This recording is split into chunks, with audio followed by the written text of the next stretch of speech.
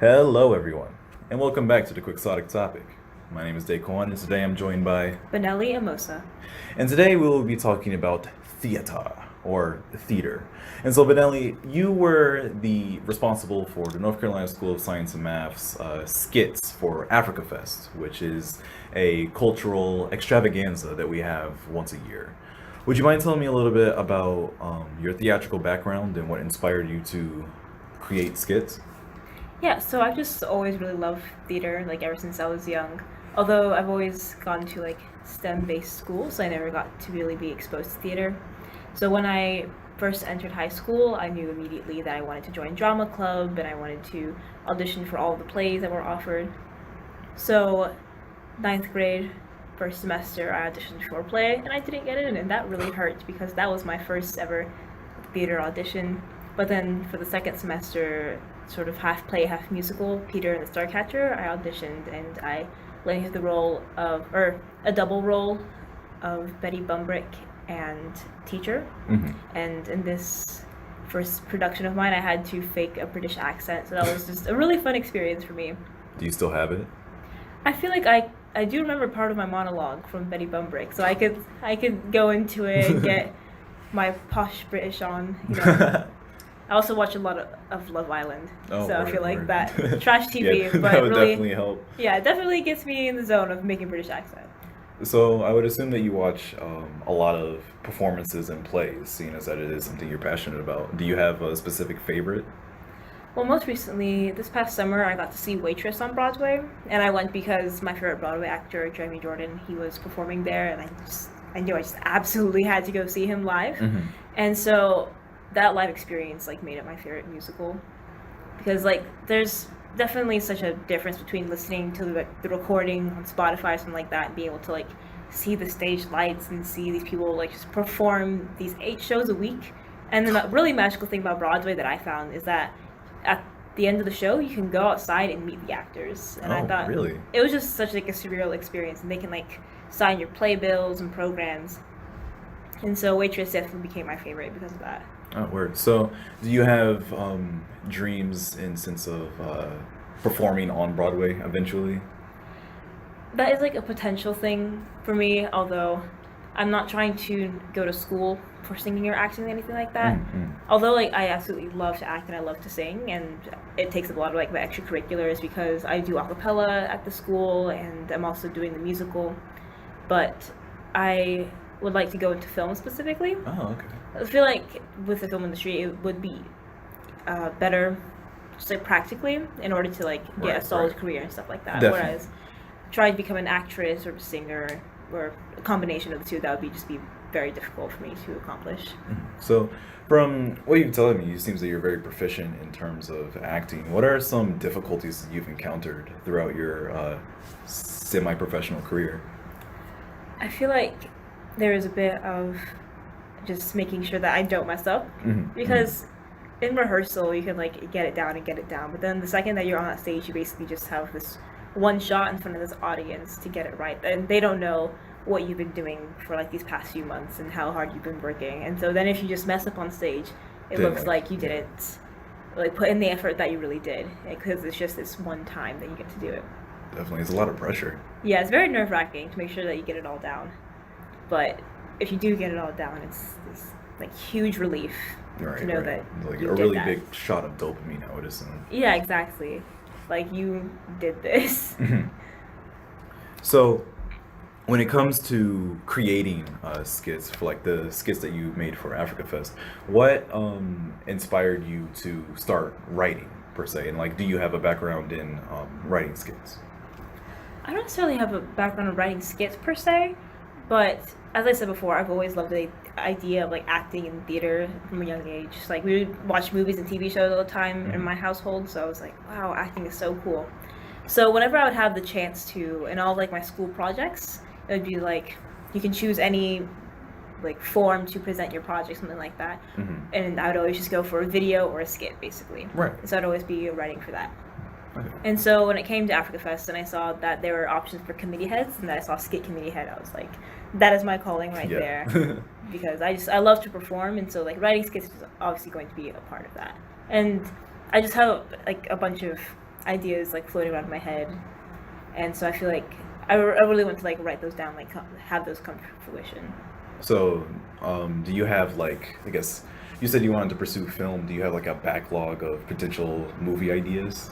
I do actually, yes. Would you So like to tell some of them?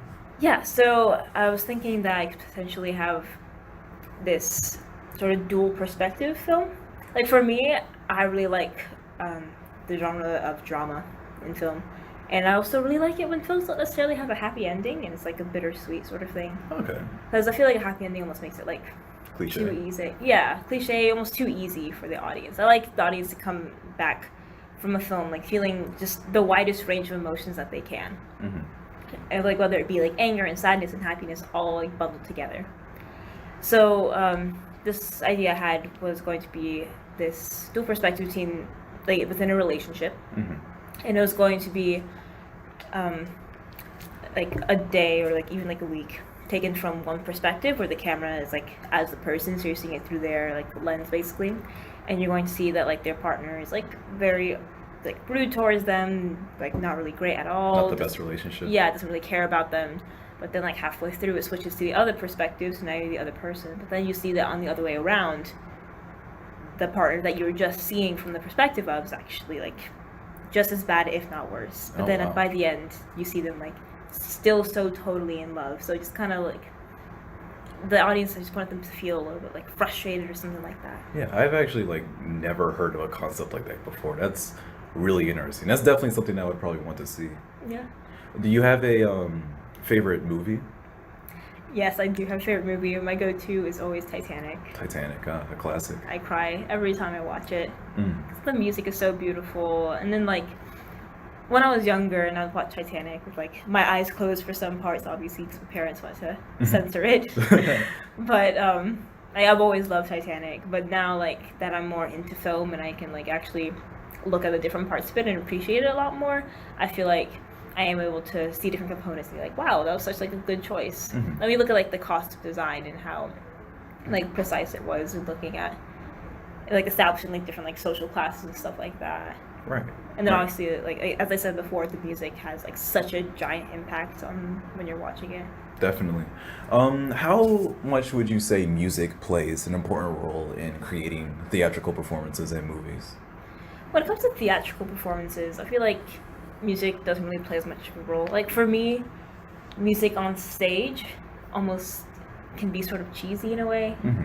because I feel like the way that the sound is mixed sometimes it just sort of takes away from the actual like stage performance. Right, right. And that's like such a what makes film like so different from theater, and also like obviously film is similar to theater, Mhm. but it also is so different because you get to have like so many different options and like the perspectives that you're filming from, and also with the sound, because a horror movie for example, like that's Right. like the most obvious example. If you Using- don't have that like build up of like this orchestra with like a screeching violin, the movie's not going to be nearly as scary. Right, definitely. But I feel like musicals are also just very different from like a stage performance having Mhm. music in it. Like I absolutely love musicals because obviously music's supposed to help progress the story, Hmm. and I think that's just a really amazing way to You know, like, portray something new. I've actually never really been able to get behind musicals. I don't know. It's something about them. It's just like, to be fair, I haven't had very much exposure to them. In fact, like the number one musical I can tell you, and it's probably obvious, is High School Musical. That's like the. I thought you that's- were about to say Hamilton as the most obvious. Oh well, I mean that's also a very big one. But one of the first ones to come to mind is High School Musical, and I remember when I was like a little kid watching it, I was just like, this isn't really gripping because like I was so used to the regular format of I guess like the hero story in a movie where like there's a rising action, a climax, and a falling action monument. And of course that it does exist in a musical, but I guess like this shift in how it's presented was a bit too much for like my 11-year-old brain. Seeing now that I am much older and could probably appreciate the medium a bit more, do you have any musicals that you would recommend? It's kind of hard to say. Like for me, my siblings were perform in musicals like in their high school career. Mhm. So I didn't watch High School Musical until I was like 11 or 12. So I had been out for a very long time, but never really watched it. So I want to say, and this may be wrong, Like my memory may be failing me, but I think that the first musical that I watched perform was with my older sibling, and they were in Hairspray, and they played Little Inez. And so when I first watched that, I thought that was like so amazing. And then I saw the movie, and that was also just a hoot, being able to see like John Travolta dressed up like as a woman and stuff like that, and like Zac Efron as this super charismatic person. So definitely Zac Efron in High School Musical is a different Zac Efron in Hairspray, I will say that. Word. But it's also like a difference between seeing a musical or like listening to it or watching the movie version of it. Mm-hmm. So I feel like a good musical maybe to start out with would be Hairspray, the movie version, because it is like such a fun thing with like a powerful message. And then there's also Hamilton, obviously, but I feel like that's not necessarily representative of a lot of Broadway musicals because there's like rap and like hip hop elements to it. Mm-hmm. Whereas like the classic musical you guys were listening to is like the Broadway show tunes, you know, like this big like belting sound. Mm-hmm. So that's like the sort of thing that you would find, I guess, like in Chicago or something, which we are doing at the school January 31st to February 2nd. Shameless plug-in. Oh no, you're perfectly fine. So you said that Hamilton is more of a detraction from the more classical kind of stereotypical what you would think of when you think of a theater. You think big opera houses, big red rosy seats and ushers. How do you feel that the medium as a whole has evolved, especially now that we're heading to the end of the decade? I think it's definitely become more inclusive and touches on a lot like more subjects in a way. Like with Hamilton, like it became so well known because of its diverse casting and incorporating like hip hop into its songs. I feel like that was really awesome because a lot of times I feel like people of color aren't necessarily as into theater or as into like Broadway because it doesn't necessarily seem accessible because like it is like expensive to go see a Broadway show, but also you're not going to always see like a diverse casting. So I feel like Hamilton was really important with that. And then Dear Evan Hansen is also like a new-ish musical, and that deals with like suicide and depression and stuff like that. And I feel like that is something that you would definitely not find in older musicals. So like as time has gone by, musicals have definitely become more powerful and like just they take more of like a stand in their messages. Right. Yeah. So recently, you said that one of the first musicals that you saw was Hairspray with your sister? Yeah, they them, so we're just gonna call them my sibling. Right, sibling, sorry. So does your family have a theatrical background? Like, does the majority of your family tend to perform? So, pretty much everyone except for my mom, I think. Unless I need to go talk to her and she has a theatrical background. But, so I always like associated like with my oldest sibling with doing theater. But then my older brother also did theater at this school too. Oh, right. He was in the Drowsy Chaperone, and he also did theater at like our home high school. And then I found this out recently, which I did not realize. My dad was also very involved in theater when he was in high school. He like was in a bunch of Shakespearean plays, and so I thought that was just so amazing. I was like, maybe that's why I love theater so much. Just runs in the family or something like that. Yeah, definitely. Sorry. Oh, no, you're fine. I'm definitely the one that's like most into Broadway right now. Like my oldest sibling, like they also love Broadway, but I'm usually the one that's like watching videos of like different Broadway stars, like interviews and just seeing them perform, stuff like that, and like trying to keep up and seeing like when shows are closing down, when they're going on tour. Whereas my mom and dad, I would have to like drag them to a show at this point. So, with your infatuation with Broadway, I would assume that you have a lot of experience with Shakespearean plays. How do you feel, like, what is your genuine opinion towards, like, his writing style, I say, or, like, interpretations of his plays? For me, I've always tried to like Shakespeare. It's not that I don't like Shakespeare. It's just that, like, in my own time, I wouldn't necessarily read him. But obviously, he does, like, have great works and stuff like that, and I do greatly respect him as a playwright. And, like, in 4th grade, I read The Merchant of Venice for the first time, like, unedited version, like, wow, full Shakespearean English. And that was a bit difficult for, like, 9-year-old me. But, like, since my dad and my sibling loved Shakespeare so much, I was like, I have to also get into it. So I did like read a bunch of Shakespeare plays, especially like when I was younger. So I read like King Lear, Taming of the Shrew, and obviously like as I went through school, they would make you read plays like Romeo and Juliet and stuff like that. But like generally, like if you're able to get through like the language, then I think like they are really interesting and they can reveal something about human nature, stuff like that. Like, especially like looking at the tragedies to see like what is the downfall of these people. Definitely. I feel that, me personally, that Shakespearean plays, at least from what I've read, which is very little, I feel that they come from a very philosophical standpoint in a sense, especially when it comes to like the lessons that can be learned from them. I think that theater has like a very unique quality in the fact that it's able to reach some of the finer nuances of the human psyche that, like, for example, a film or a book or a TV show, like, they can't. Like, there's something so oddly intimate about a play, especially I've had speckled experience with being in plays and watching plays, but there's kind of a weird, I don't want to say ethereal, but kind of a atmosphere of togetherness of just like you and the show. It's so very like close. I think that's always something interesting to think about. It's definitely like this magical feeling every time I go to see like a play or a musical. That like I'm watching something but it's taking place like in front of me. You get to see like these seamless transitions between sets and things like that. And you just think about, wow, like what do they have to do to accomplish this? Right.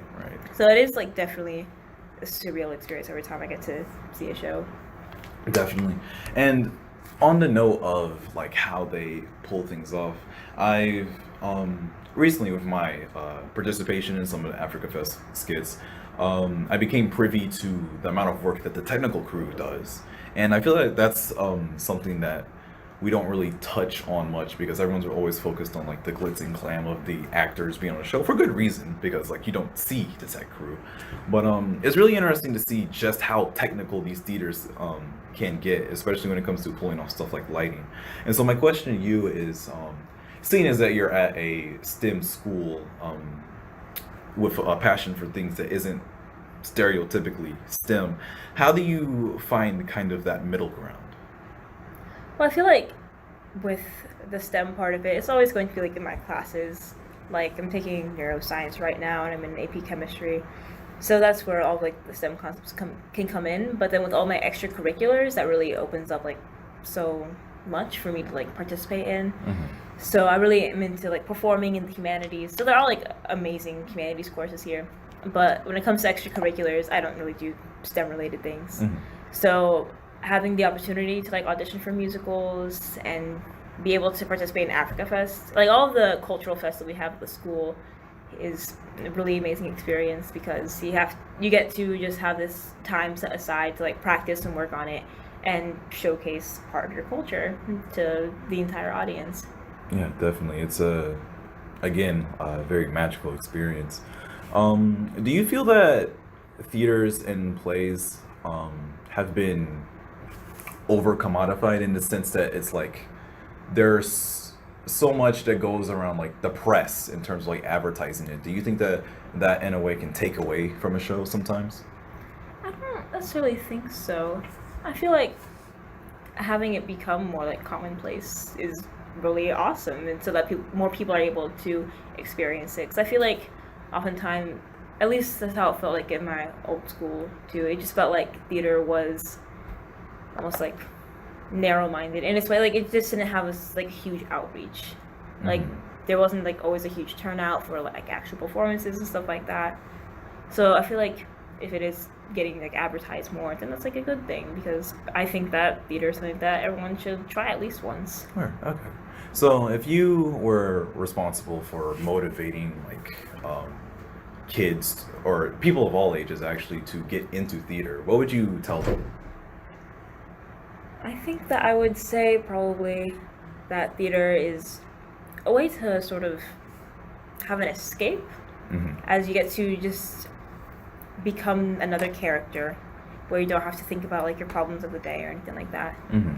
And you get to just bond with like this community of people, because everyone knows that is in theater that the rest of the cast that you're with, you become a lot closer because you have to like work together and you have to feel comfortable with each other. So like that's a really amazing thing to experience, to just have like this theater family where you get to like make theater jokes and stuff like that and just relate to each other. And especially with Tech Week, which is the week of tech rehearsal and dress rehearsal, the week of the performing weekend. And that is like the most stressful time for all theater geeks and stuff like that. Because like, everything has to go relatively correct, right? Yeah, exactly. And you're just like figuring out like the lighting and stuff on a very like condensed schedule. Mm-hmm. But I feel like, but having that like community of people to talk to and be like, oh man, I have this much work to do, but we have to be in Tech Week together, so we're doing it. Definitely. And then just being able to like have a way to just like perform in front of people, like I feel like it just makes you like way more confident on stage. Like if you ever have like stage fright, like for me, if I'm like singing, for example, like just a solo in front of people, I'll be shaking, I'll be super nervous. But when it comes to just like acting on stage, it's like I hardly even notice the audience, and I just always like feel so good afterwards. Right. So when you are here's a good question. Do you give the like picture everyone in their underwear if you're ever nervous? Do you give that any credence? Seeing as that you've had a lot more proficiency and experience acting, has that ever actually helped you? I have never pictured anyone in there. The audience is just way too big to really like remove all of their clothes one by one like that. But like for me, like the lights are on you, so it's just like this like ocean, the sea of faces, right? So you don't really notice necessarily, like, because when you're acting, you're never really facing the audience unless you're trying to like give an aside directly to the audience or like has some sort of like monologue. If you're just like interacting with other characters, you're going to be looking at those characters, like although you may be like projecting towards the audience. So I feel like when it comes to theater, it's a lot less stressful because obviously like there is this really vital connection of the actor to the audience, but if you just like let it flow as you would with any other rehearsal, then everything goes by really smoothly. So would like the concept of a double-sided or two-way mirror, I think it's called, would that be a proper analogy in the sense that the audience can see you but you can't necessarily see the audience? Yeah, I think that'd be a very apt analogy in a way. Yeah. Never really thought about it like that, but I think so. Word. So compare like I guess that to singing. I'm guessing like the reason that that's a bit more nerve-wracking is because of the fact that that two-way mirror isn't there. It's like you are directly engaging with the audience, and they're do you ever feel that like the audience is in a sense like judging you on the quality of your performance? Yeah, definitely. I mean, even just like walking down the hallways, I feel like there's people judging me and stuff like that. But like especially with singing, because you have to like make sure, like if you're performing with someone else, like I have to make sure that you don't mess up with them and like don't throw them off. Mm-hmm. And like with singing, like you see all the people focus on you, whereas like if you're in a scene with other people, then they're going to not like only focus on you. They're going to be like taking in the scene as a whole. And I feel like that just like makes it a lot less stressful. Also, I'm singing as myself, rather than like acting as another person. And I feel like that can, maybe that is like why you can't really hide behind the proverbial mask of I am not this person. Yeah. Well, like so you were in 2 of my skits, I believe, right? Mm-hmm. So what was like the experience for you to like not get nervous on stage? The experience, honestly, in order to not get nervous, I mainly just, as you said, focused on my lines. I felt that my potential anxiety to the audience wasn't as much as my desire to perform well and like execute the fest properly, because like as you said, it definitely with tech rehearsal and whatnot, it's a lot of pressure to pull off, and so I really just wanted to get it right, and so I put most of my energy into just performing my lines to the best of my ability, and before I knew it was pretty much over. It goes like, it's weird that you have that sort of altered state of consciousness when you're on the stage, where it's like everything seems to go faster than it actually did. If I think back to when I was performing at Africa Fest, I would say that my performances couldn't have lasted for more than like 30 seconds. But of course, I was up there collectively for about 5 minutes.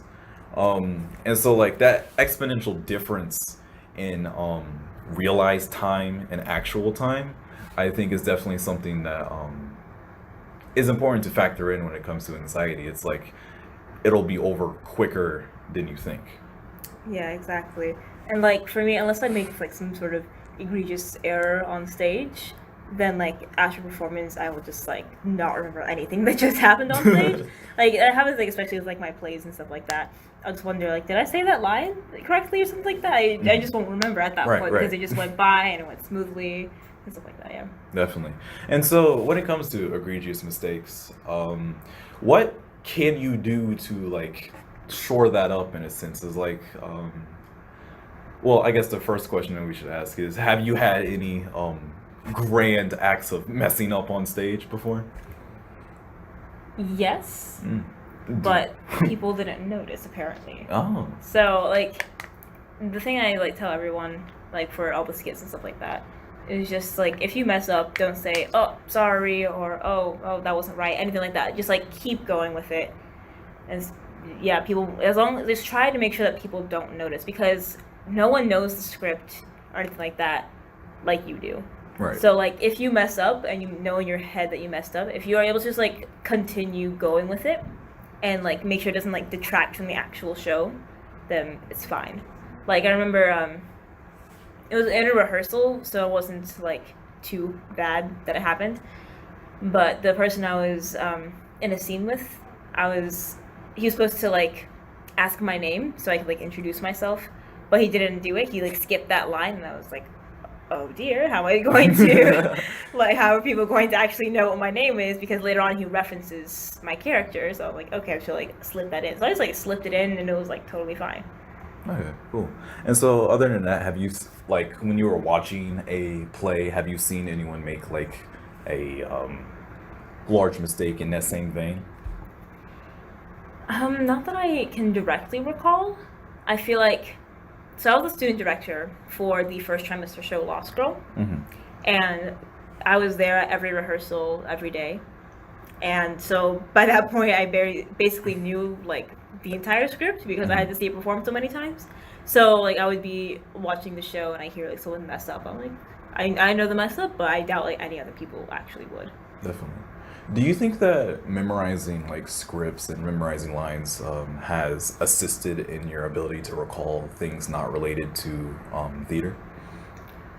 I feel like it's probably the other way around for me at least. Oh, okay. Like I felt like I had already like a pretty decent memory when it came to that, so I was able to like apply it to theater when I like first started like auditioning and stuff like that. Okay, cool. And then that like assisted you in your auditions. Yeah, exactly. So that way you not have to like have your eyes glued to like the script that they give you in the audition the whole time, so you could like look up and like interact with people. Right. And so what are some of the things that you do to help like place yourself inside your character when you're acting? I feel like just I was just like thinking about like who like the character is, like what the objective of the scene is, you know. And once you know the objective, then you can really like go into it and just take risks when acting and just like be like a big personality on like, unless the character is supposed to be like a small timid person, you still want to like play that up. So like I feel like for me, at least in public or something, I'm usually like fairly subdued and I try not to like go too much in there, but because I'm on stage I have like the excuse to just like Belt come out. right out. Yeah. Okay, cool. That makes sense. In terms of going back to musicals, and singing, there was a question I wanted to ask earlier, but how do you feel like the transition from like watching a musical being performed on stage versus like watching it behind, like on a movie, for example? I'll bring Hairspray back up. You said that the movie was better. How do you like gauge that? Like, what is your criteria for evaluating? It's like, okay, well, me seeing this in person was better, or me seeing this on the screen was better? I feel like, at least for me, always seeing it in person is better in a way, because although like movies, they can add like a lot to it, obviously, and having all these different like cinematographic choices made by the director and stuff like that. Like seeing it on stage and just like thinking about how like they're having so many different scenes and stuff like that, but they have this one confined area to execute all of this. And so I feel like taking that into account, you just have like such a great appreciation for what goes down behind the scenes.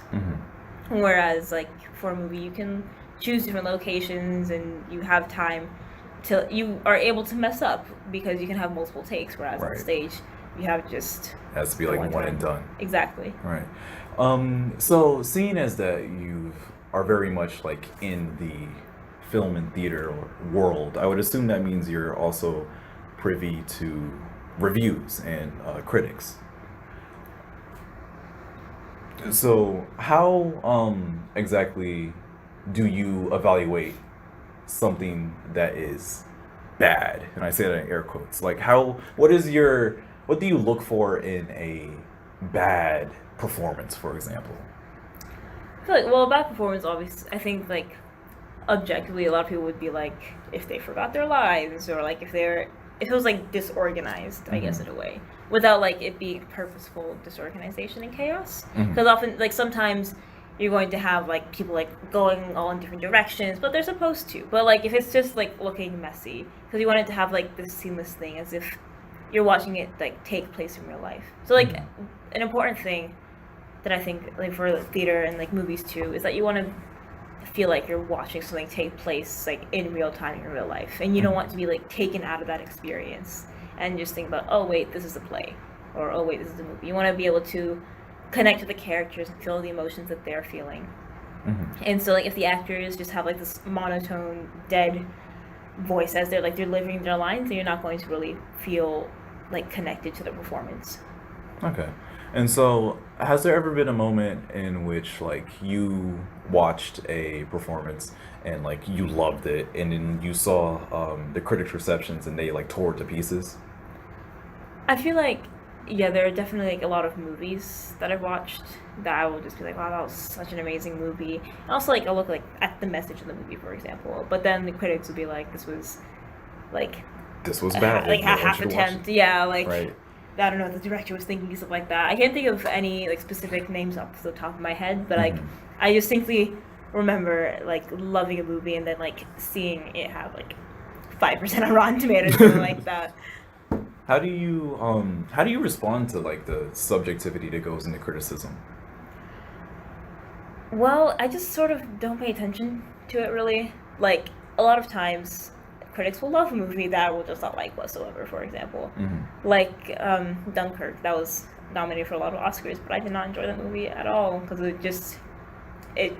I wasn't able to like connect with it. It just seemed like very scattered about, and I didn't know what was happening half the time. It was just very loud and not like a very interesting movie per se. But then like critics were raving about it.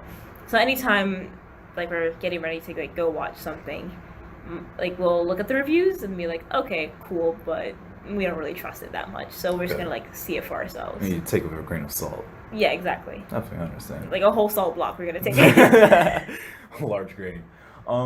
With you performing consistently, has there been any time in which you received like almost instantaneous like what is generally your process to receiving feedback for things that you've performed in? Well, when it comes to like actual performances, like when you come out from backstage or something like that, and like you greet all your friends, like they're never gonna tell you that you did badly, right? Or because like you just spent like months preparing for this, so they're never going to be like, oh yeah, you could have done a little bit better. But like when it comes to actual like rehearsals and stuff, like the directors, like they don't hold back. Like they're going to be like at least like somewhat nice, but like they're gonna call you out if you mess up or something like that. And like that's gonna happen obviously later on. They'll have like this little notepad where they get to write down their notes, and they just like the notes are usually people specific. Like every now and then like might just be like project more or like enunciate more, but sometimes it'll be like so and so on your line, you're saying it like this. Can you say it like this instead? Sounds particularly scathing. Yeah, sometimes it can be. Yeah, but also that you're just trying to like improve upon it. Right, definitely. And so, a little bit earlier in the podcast, you touched on how being in theater has an intense focus on community in the sense that because of the fact that you're all under the strain in order to have a proper performance, you feel closer to the people that you're performing with. Have you seen that phenomenon happen in any other of sectors of your life? For me, theater has had such a large thing in my life that I feel like that's the like prime example of it. But also, I feel like anytime you're in a performance setting, you're going to grow closer with those around you. So, the acapella group I'm in, the Unicords, I feel like we're definitely a lot closer than it was last year. Hmm. And so, like for before our very first performance at Coffee House, like the monthly talent show at school, I arranged so that the whole group could go eat at Deluxe, the restaurant. Hmm. And so I felt like that was just like a time just like relax and just like have fun with each other and just enjoy each other's company. And also just a way to build each other up and make sure that like we all feel confident in our abilities, even though like there is a wide range of them. Do you think it's possible for a group to perform and not have that closeness? I feel like yes, it is possible, but like it's not going to necessarily feel as genuine Hmm. because you want to be able to like have it just be very comfortable and just going about because you don't want to be interacting like you're strangers on the stage Hmm. or else it's going to be like palpable. Like the audience might necessarily think like, oh, they don't like their friends or anything like that, but like it's gonna be like a sort of atmosphere that is set up in the theater, I feel like. Okay, cool. I asked those questions because I've had a similar experience in which being put under duress has made me feel closer to people, and so that was kind of to try and see if there's like some psychological connection there because this is more general, but at the North Carolina School of Science and Math, it's fairly stressful. I feel like you can agree with me on that. But I remember when I was having to study for like this really big test. I believe it was second trimester of my junior year. Um, I was just studying really hard, and like when you're in the mode of studying, you don't really care about outwardly forces. You're kind of just focused on trying to understand the material. But I remember looking to like the left and right of me because I was in the lounge at the time, and there are other people who just sat there studying and like pretty much having the same kind of mindset as me. And so I looked at them and be like, "Hey, what are you studying?" And they told me we're studying for the same thing. We ended up studying together, and now he's like one of my closest friends. Oh well. And so it's interesting to see how in like a completely different setting, a similar occurrence happens in the sense that people are drawn together in order to achieve a common goal. Yeah, like like in academics, there's definitely this sort of like solidarity. I think especially at this school because a lot of times at the school you're going to get very low grades. But if other people get those low grades, Right. then It like you, doesn't you feel feel that you feel bad. better about it because like I was struggling, but so were other people. And then same thing like with your studying story. I have so many of those and just like trying to like not fail together and just like wishing each other luck because like you genuinely like want everyone to succeed at this school. Hmm. So they most recently had like this neuroscience test that everyone was freaking out about, and so we're just trying to help each other out and just like go through all of our notes and exchange notes and stuff like that. So I think that's just a really important thing to have is just have other people that know what you're going through and you Hmm. know that they're going through it, Hmm. so that you can just like work together on it and just make each other like feel better about like trying to achieve this goal. All right, cool. And so we are approaching the 40-minute mark, so I'll start asking my final questions. When it comes to performing, how do you manage, like, seeing as an NCSM is very high stress, and that you are kind of absorbed into the whole daily routine of going to your classes, working on your homework, going to your classes, working on your homework? How do you balance that with being able to have so many humanities focused clubs or like not even that but just things that you're interested in and that you want to do? How do you find that like equilibrium?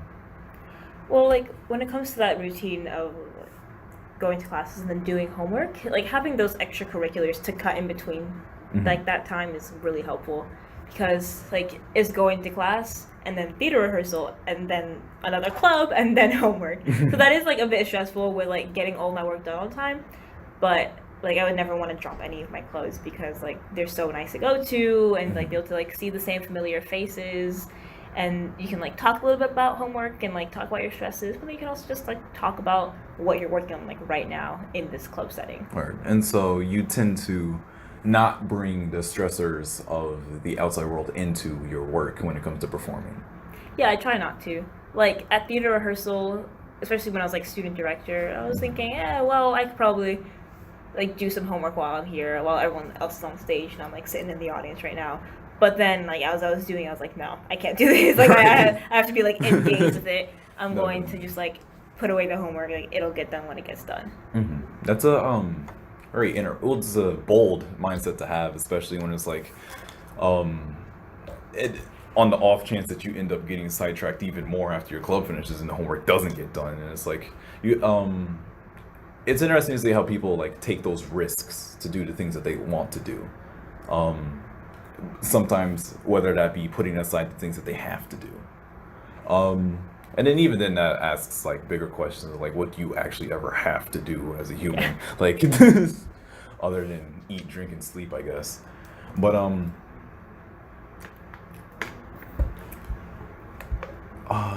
when it comes to, I guess,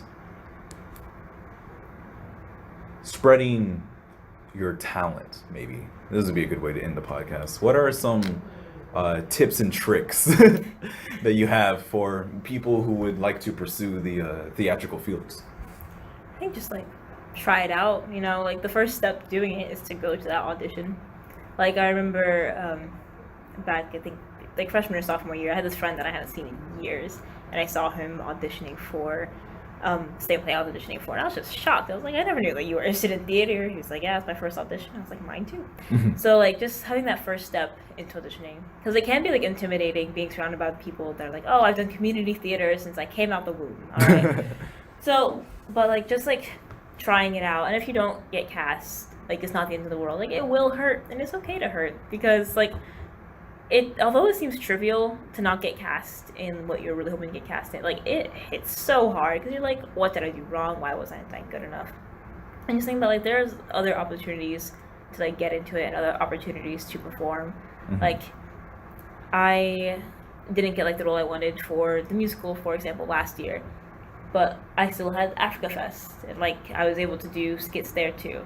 So there's other ways to like get involved in theater, even if it's not like a big thing, and just like doing the little things, because I love to do skits, I love to do videos. So just doing like those little things can just get you more involved. Right. That. And so just generally have a fairly optimistic mindset about it, and be able to seek opportunities if you look for them, and you'll probably find them. Yeah, exactly. Right, like cool. If you really want to do it, then like definitely go for it. And if you're like even not that sure about it, then you should still just go for it and see. Maybe you are like really about it, just didn't know because you never tried. And where there's a will, there's a way. Exactly. Word. Well, Benelli, thank you so much for joining me on today's episode of the Quixotic Topic. Is there anything else that you'd like to say? I think that whoever listens to this needs to go and audition for the next theater production that like their community or like their school is holding, because it is a really amazing experience, and to just like get into like listening to musicals and listening to the songs. I know there are people that are like, oh, I don't like Broadway, but I've really given it like a solid try and just like explored different like genres within Broadway itself, because I feel like there's something for everyone and like something that everyone can connect to. I think it's really important to have like a connection. Word. Thank you for joining me today. Again, this is Daquan from the Quixotic Topic, signing out.